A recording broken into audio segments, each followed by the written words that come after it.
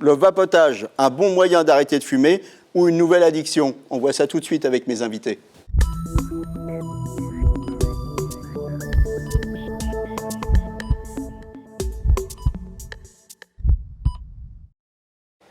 Alors, avec moi sur le plateau de Capital Santé, le docteur Marion Adler, vous êtes tabacologue, et Stéphane Papatheodorou, vous êtes vice-président de l'association La Vape du Cœur. C'est quoi cette association?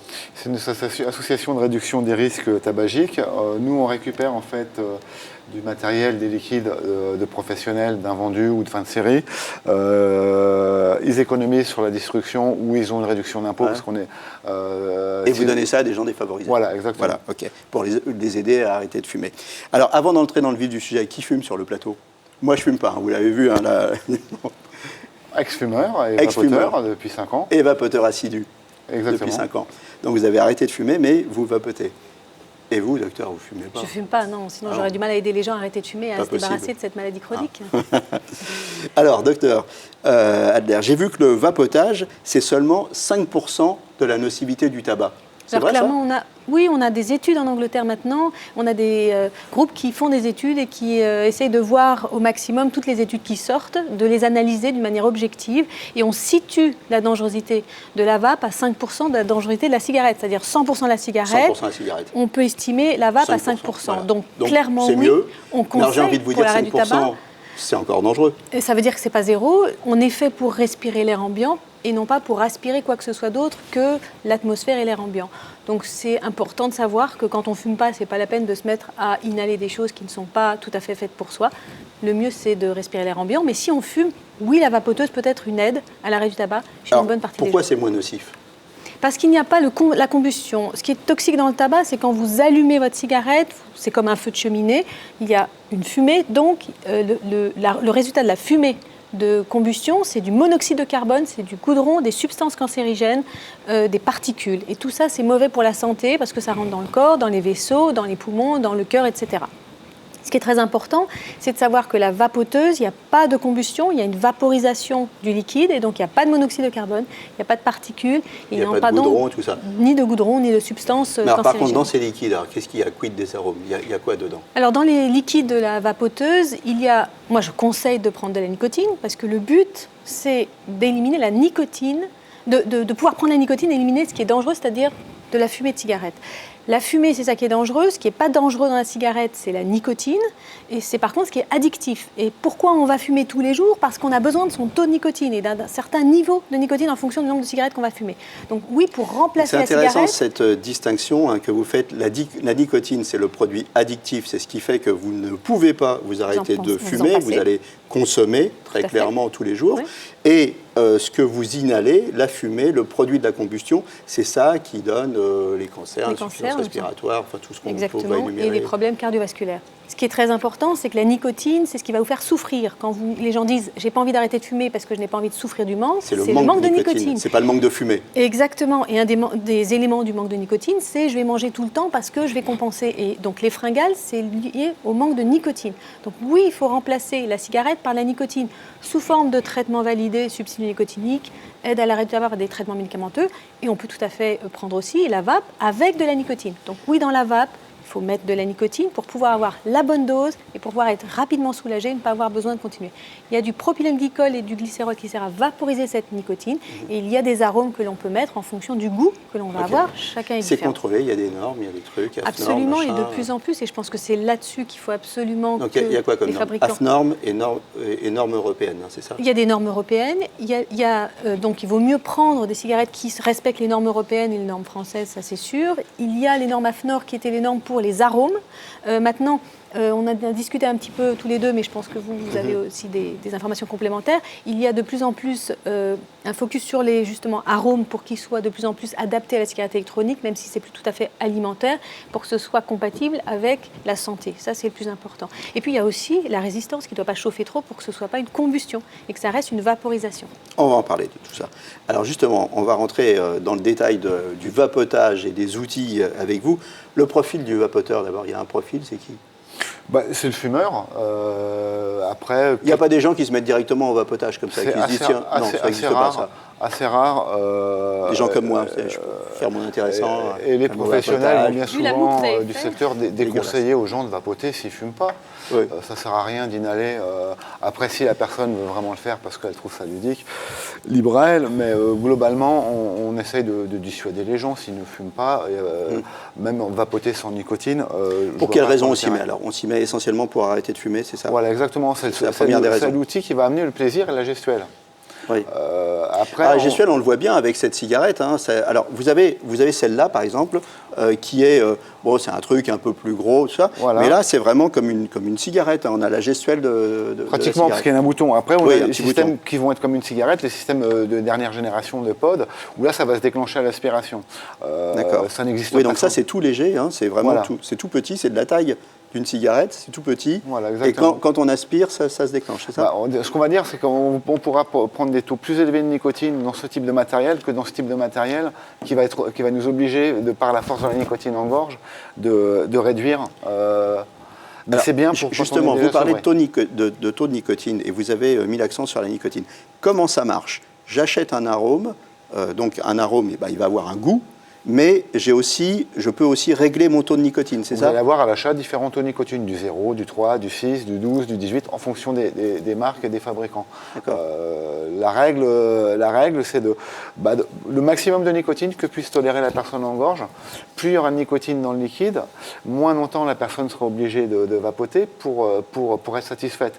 Sachant que ce qu'il faut prendre en compte, c'est qu'autant la clope, on a une satisfaction immédiate, parce que ça monte en quelques secondes au cerveau. La vaporisation, il y aura toujours un temps de latence de 10-15 minutes. Plus on aura de nicotine dans le liquide, plus on va réduire ce temps de latence, plus la personne sera satisfaite rapidement. D'accord, on a bien compris le geste, la convivialité, on peut aller vapoter avec d'autres. Maintenant, la technique. Donc la technique, au départ, il faut comprendre quel est le taux de nicotine auquel on est accro.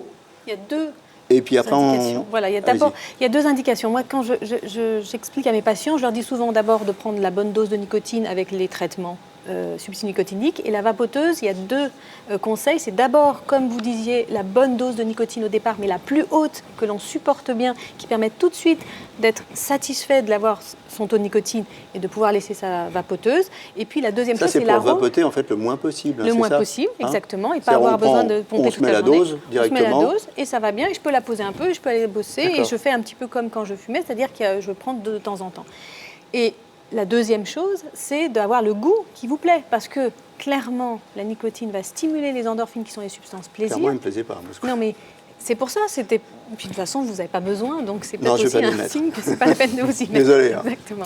Mais clairement, il faut que ce soit le goût qui corresponde. C'est la même chose quand j'ai proposé des gommes à la nicotine. Il faut que ce soit ou menthe ou fruits en fonction de ce qu'on aime. On ne va pas prendre la menthe si on déteste ça. Donc il faut toujours que ce soit dans le plaisir. Si c'est dans le déplaisir, on va toujours garder la cigarette qui donne le déplaisir du manque, etc. Donc c'est important qu'il y ait le plaisir. Il y a le plaisir, il y a les sous aussi. Alors c'est cher ça? Très important. Il y a un petit investissement de départ, on va dire ça va commencer à 35 € et ça peut finir à 400 € en fonction des systèmes. Les dernières générations? Ça c'est une vingtaine d'euros par exemple. 20 d'euros. Après, les systèmes de pod vont avoir un petit coup de maintenance plus élevé. Et à l'usage par contre, parce qu'il faut acheter des arômes à l'usage, donc c'est toujours moins cher que le tabac. Toujours moins cher que le tabac. Par 3, beaucoup moins cher, divisé par 3 voilà, à peu près. Donc on se fait du bien à la santé et on dépense moins de sous. Voilà. Un paquet par jour, 300 € par mois quand même. Ça aide vraiment les gens à arrêter de fumer? Le coût, alors ça c'est sûr, ça ce sont des mesures. Non, pas le coût, je veux dire, le vapotage, ça aide vraiment les gens à arrêter de fumer? C'est comme si vous me demandiez si le Doliprane aide contre le mal de tête. Il y a des gens qui vont être aidés, il y a des gens qui ne vont pas être aidés. Donc il y a chaque personne qui est différente. Il y a des gens qui sont clairement aidés par la vapoteuse et je pense qu'il ne faut pas l'enlever du paysage d'aide à l'arrêt du tabac. Et puis il y a des gens qui disent que ça ne leur correspond pas. Alors parfois c'est une mauvaise utilisation, moi ça m'arrive de donner des conseils pour l'utiliser mieux. Parfois ils n'aiment pas du tout ça ou ils n'ont pas envie de rester avec quelque chose qu'ils aspirent et donc ils veulent tout de suite prendre. Et on peut mélanger avec d'autres techniques, les patchs, Champix, tous ces trucs-là, l'acupuncture.